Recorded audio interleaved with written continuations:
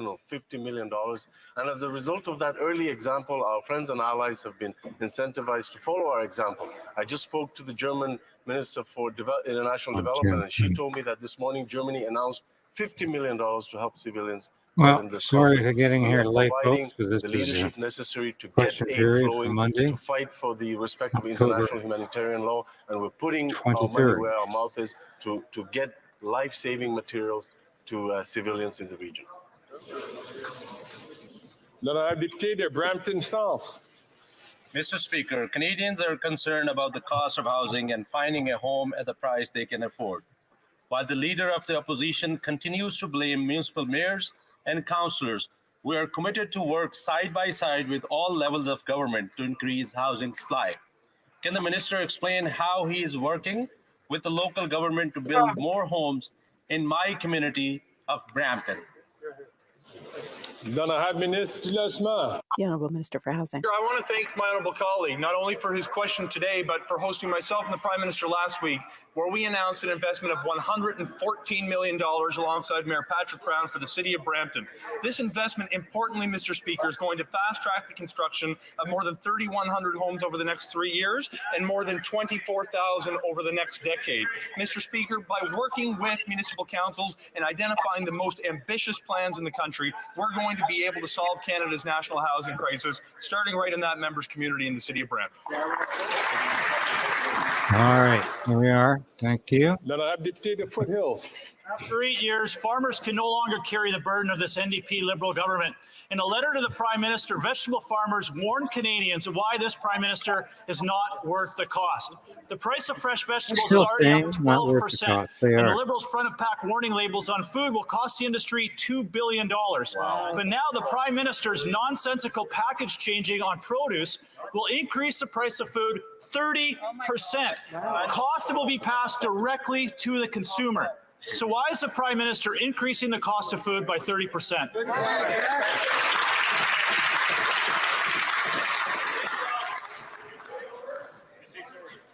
L'honorable ministre. Thank you, Mr. Speaker, and I appreciate my honourable colleague's question.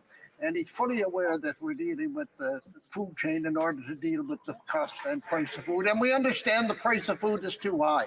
But, Mr. Speaker, if we do not deal with climate change, it is a major problem with the cost of price of food. When you have floods in British Columbia, fires in British Columbia, you have straw worth $300 a bale across the prairie. So. There's no possibility of keeping food prices down when you have extreme weather conditions. We are and will continue to deal with climate change. Doesn't believe a word of that. Not a word. Foothills. There is no chance of keeping food prices low if you keep adding red tape and bureaucracy and carbon taxes on farmers. Farmers can't afford increased carbon taxes and red tape, and neither can Canadians who are already struggling to put food on the table. The price of beef and fresh vegetables is up 12%. The carbon tax will cost Canadian farmers close to $1 billion by 2030. It's this simple. You increase costs on farmers, food goes up. You increase costs on retailers, food goes up. Why is this Prime Minister not worth the cost? Because he's increasing food by 30%. Why? Wow, lame slogan. Not worth the cost. Stupid slogan. We're going to hear it all week, I bet. I hope we don't have to hear it all the way to the next election campaign. Because it's pretty bad. Change has many times the impact on general and food inflation than the carbon price has. But you don't see conservatives jumping up and down to raise ambitions on fighting climate change. Why is that, Mr. Speaker?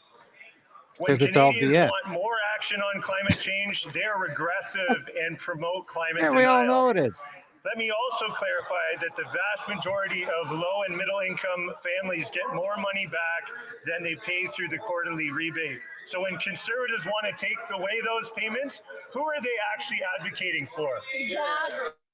You believe this nonsense? You think you're getting more back from the rebate than you're spending filling up your gas tank every day? What idiots these people are. Liars, complete chronic liars. And this idiot keeps turning the microphone off. Powerhouse. It is something that farmers farmers of Eastern Ontario and across Canada are all very proud of.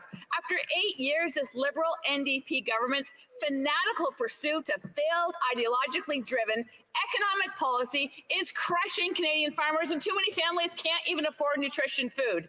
The reality is, this Prime Minister is not worth the cost. So, Mr. Speaker, when will this morally and politically bankrupt government wake up and stop any of them punishing worth the farmers cost? with inflation-inducing carbon tax? Are any of these politicians worth the cost? Ah.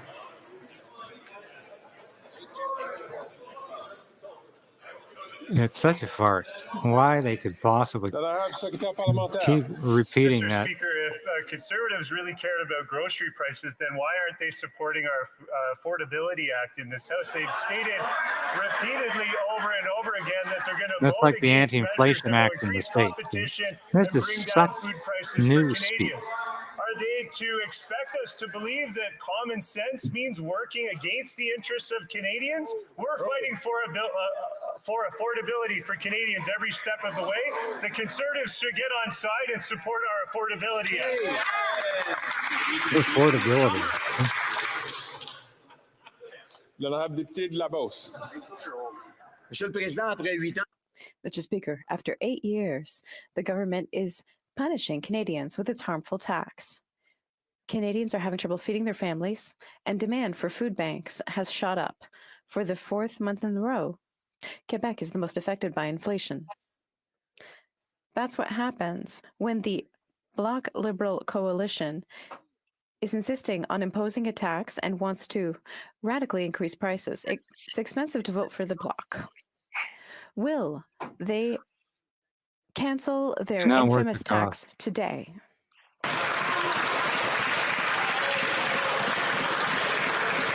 No, you're right. L'honorable ministre. The Honourable Minister. Monsieur le Président, c'est quand même assez. Thank you, Mr. Speaker. It's unbelievable to see a colleague from Quebec refuse to believe in global warming. Oh, now it's global warming again. Heating of the oceans. I hope so. Concerns in the It'd be fisheries great if it sector. was global warming again. Species at risk. Tornadoes that destroyed our infrastructure along shorelines.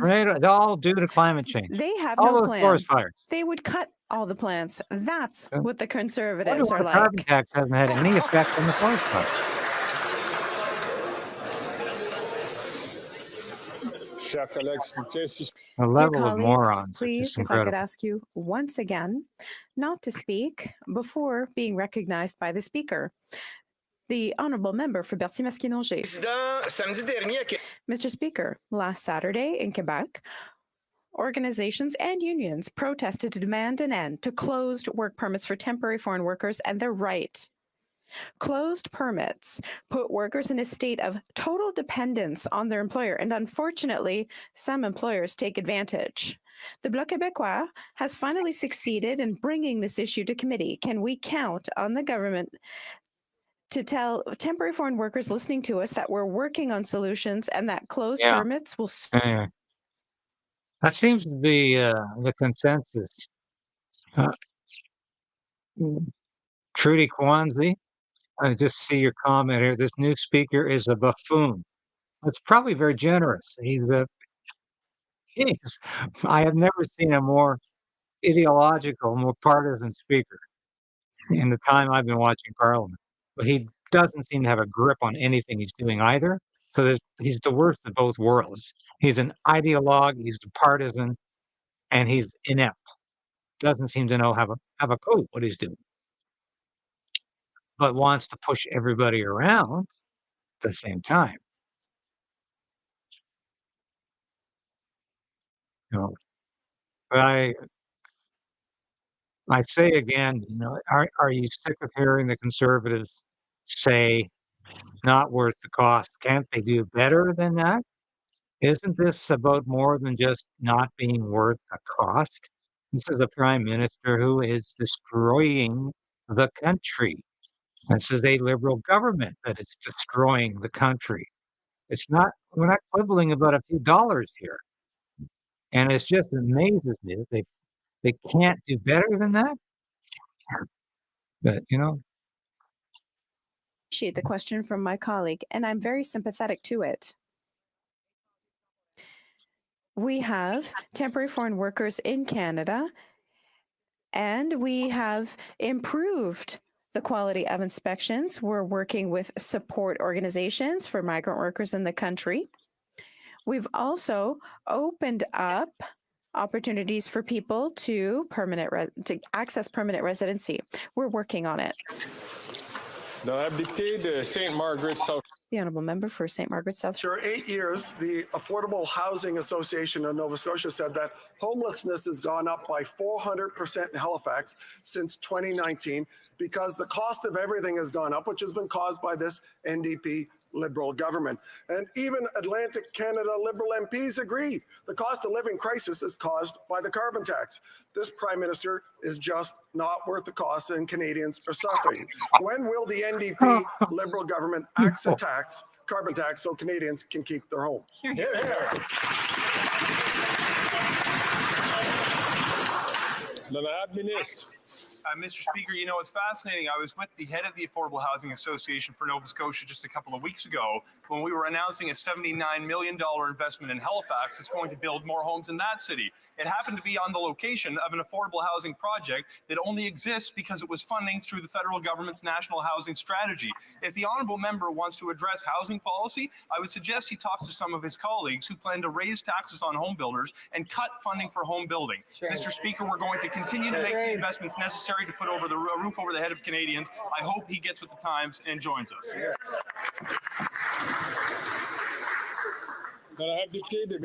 Grand Lake. Mr. Speaker, after 8 years of this NDP Liberal government driving up the cost of living in Atlantic Canada, this Prime Minister is just not worth the cost. Liberal MPs from Atlantic Canada have again decided to punish us by quadrupling the carbon tax to 61 cents per litre. Atlantic Canadians have had enough of the carbon tax. Will the Prime Minister now admit the carbon tax is punishing Atlantic Canada and the most vulnerable people in our society? They don't care for punishing people. As soon as you realize that, you understand why. They have a carbon tax because they want to punish people. To remind this House that just about every member on that side of the House ran, of course, on a carbon tax. They had some way of going about it where you would collect, to remind me if you could, green points that would go to some sort of government-run Amway catalog that you could collect for some sort of green things that would be selected by the government. I can only assume that members from that side of the House would form this government committee where you could cash in your points. And anyway, we prefer on this side of the House to put cash back into the pockets of hard-working Canadians, Mr. Speaker. Yeah, I think Seamus is not 100% today.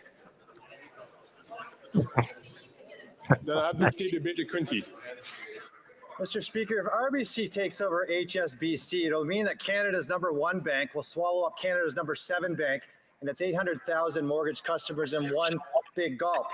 What does that mean for Canadians? Well, this week's variable mortgage rates show that HSBC's variable mortgage rate is 6.4% compared to RBC at 7.15.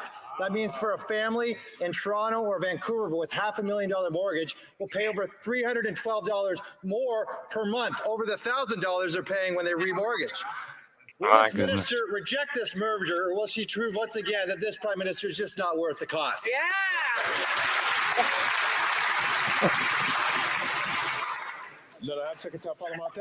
They say that's not worth the cost. The Minister of Finance takes her role as regulator of the financial sector very seriously.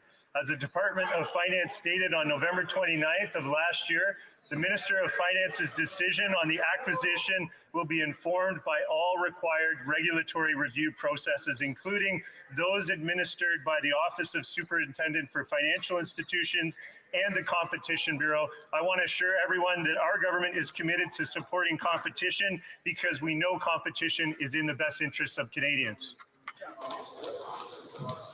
Honorable Député de West Vancouver, Sunshine Coast, Sea to Sky Country. Mr. Speaker, international, illegal, unreported, and unregulated fishing causes severe harm to species such as wild Pacific salmon and the oceanic white-tipped shark. It not only causes economic harm to the thousands that rely on the regulated fishing industry, it also further endangers at-risk species and impacts Indigenous communities that rely on certain fish stocks for food, social, and ceremonial purposes.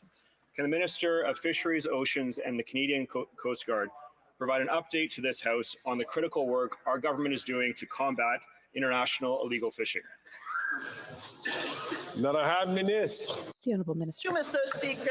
I'd like to thank my colleague for his question and his strong advocacy for fish species at risk. This fall, Fisheries and Ocean Canada successfully led the first high seas patrol to detect and prevent illegal fishing in the North Pacific. This operation led to the seizure of over 3,000 illegally fished shark fins. Our message is clear. Canada will continue to fight illegal fishing by foreign actors both in Canada and abroad.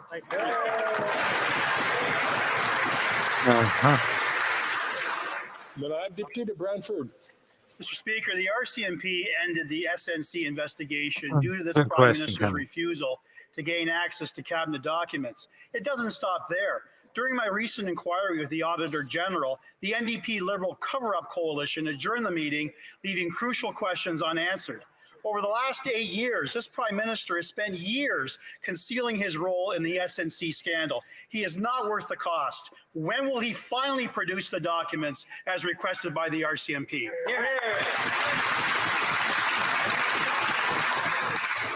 I want to remind all members, please, to refrain from using mock names. The Honourable Parliamentary Secretary. Oh my. Thank you, Mr. Speaker.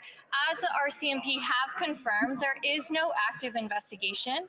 The case was fully looked into and is now closed. And as the member opposite knows, all RCMP operations are taken independently. Hear, hear.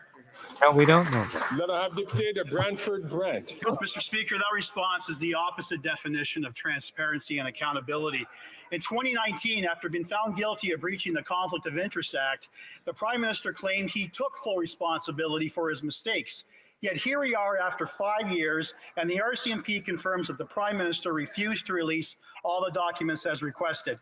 Canadians have questions, and unlike this NDP Liberal Cover-Up Coalition, Conservatives want answers. What is he hiding? Where do you begin? Before we do go to the Honourable Minister, I do want to remind all honourable members once again to please refrain from using mock titles. The Honourable Minister for Justice and Attorney General for Canada. Mr. Speaker, and I appreciate that question, but I also appreciate who it's coming from.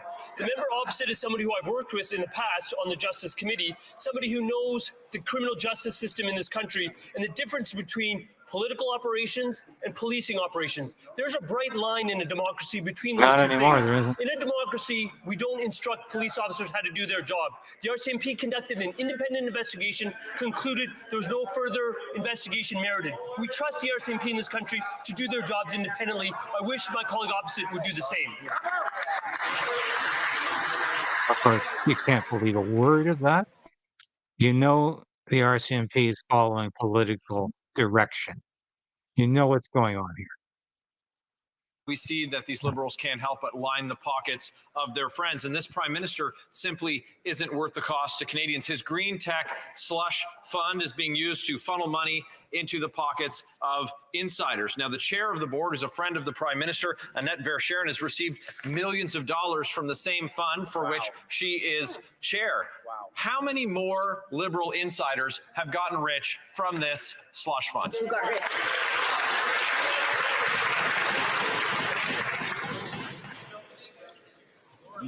Secretary Parlementaire. The Honourable Parliamentary Secretary. I've said in this House numerous times now, when the minister learned about the allegations of mismanagement at SDTC, he immediately acted to hire a third party to do an independent, impartial review. It came back with a report. Those findings are now being turned into corrective actions, which are part of an implementation plan that SDTC is implementing by December. And let's make one thing clear, Mr. Speaker, we expect the highest standards of governance from all of our federal agencies. Good answer. The honourable member for Châteauguay-Lacolle. Mr. Speaker, Quebec's SMEs represent over 95% of the province's businesses, and they're still struggling. During the pandemic, our government was there to support them, helping to pay employees' salaries, offering rent assistance and emergency loans. Why are we listening to this? Can the minister responsible for the Economic Development Agency for Quebec's regions tell us how Oh, there's the CAD is softball. supporting our SMEs Getting and to that actively time of day where there's the participating in softball the questions economic start to recovery come. of all of Quebec's regions? The Honourable Minister. Mr. Oh, God. So I ask you again, do you think not worth the cost is an effective slogan? I've had nothing but criticism for it over the last week, and I'm hearing the same thing from other like-minded people. This is a bad, stupid, lame, ineffective talking point. It means nothing. Coming from the same idiots who have come up with similar inane talking points for the Conservative Party in the past. And they've got to do better than this. Don't take victory for granted. But it's incredible to me that they would resort to something as bad as that. Anyway.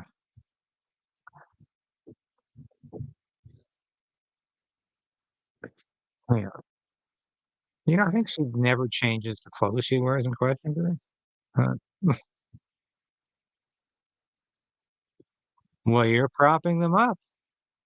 You're propping them up. Homeless before they take this housing crisis seriously.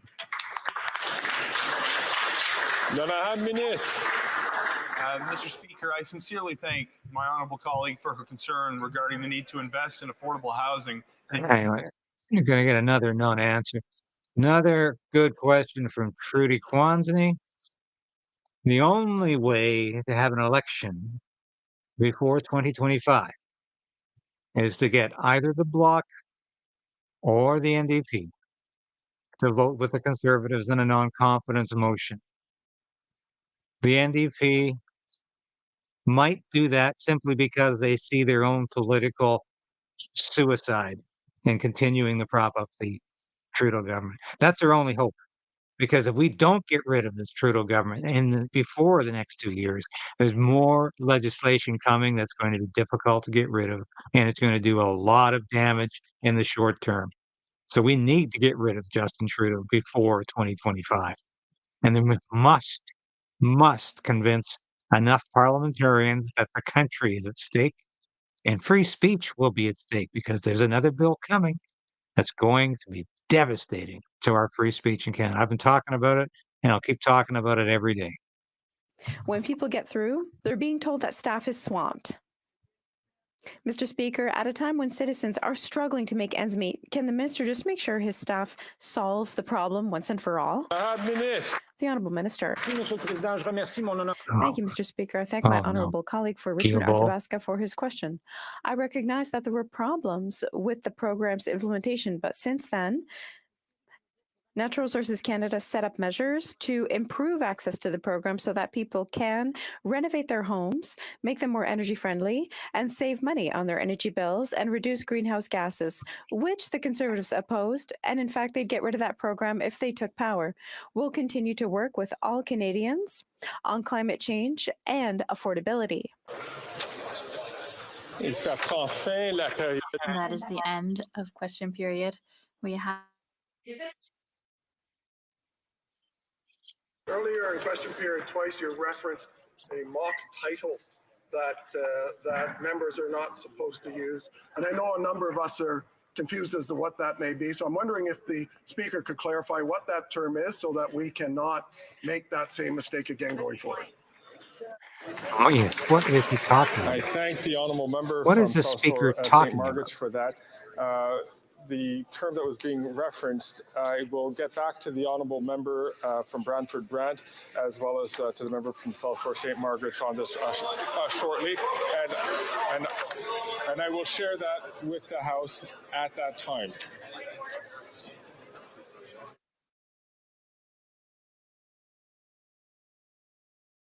So he's not going to explain it. But is there a way to go through the Governor General? No. Unless the Governor General sees that the Prime Minister has lost the confidence of the House, either in an election or in a no confidence vote, a non-confidence vote, the Governor General will not remove a Prime Minister. And you wouldn't want a system like that. But it's got to be in a minority situation. It would be so easy to overthrow this Trudeau government if there's simply enough votes in the House to do so. There has to be a change of mindset with the NDP. They have to stop propping up this government. They have to start realizing that they're going to head for political oblivion.